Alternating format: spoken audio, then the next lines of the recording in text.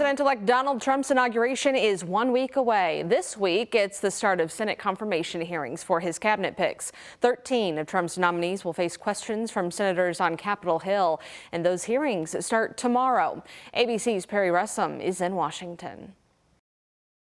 This morning, some of President-elect Trump's cabinet nominees are gearing up to face lawmakers. 14 Senate confirmation hearings are scheduled for this week, including former Fox News host Pete Hegseth, who's nominated for Secretary of Defense. Hegseth spent several days on Capitol Hill last month working to drum up support. What they want to do to make sure that department is properly oriented for the threats of the world and make sure that we're putting the warfighters first. At least one Democrat on the Senate Armed Services Committee who's skeptical on Hegseth's qualifications for the job wants more detail on his background. You look at his personal conduct, especially when he was managing Veterans for Freedom and Concerned Veterans of America. You know, these two organizations were financially mismanaged.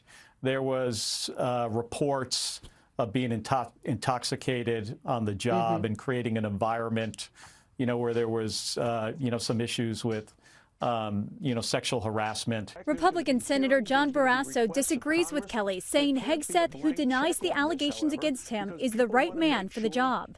Well, he certainly has the qualities that we need to lead the Pentagon. He knows about a fit fighting force. He is very qualified, in my opinion. He has a distinguished record of service in the military. Also getting hearings this week, South Dakota Governor Kristi Noem, Trump's Homeland Security Secretary pick, and his pick for Attorney General Pam Bondi. Trump's other nominees are still waiting for their hearings to be set. Republicans have 53 seats in the Senate, meaning nominees do not need Democratic votes, but they also cannot afford to lose more than 2 Republicans. ABC News Washington Bureau Chief and Political Director Rick Klein says that beyond the personalities, to look out for the policy substance. I think these next couple of days are going to begin to flesh out what Trump wants to do, what his people want to do, and what kind of team he's going to have around him.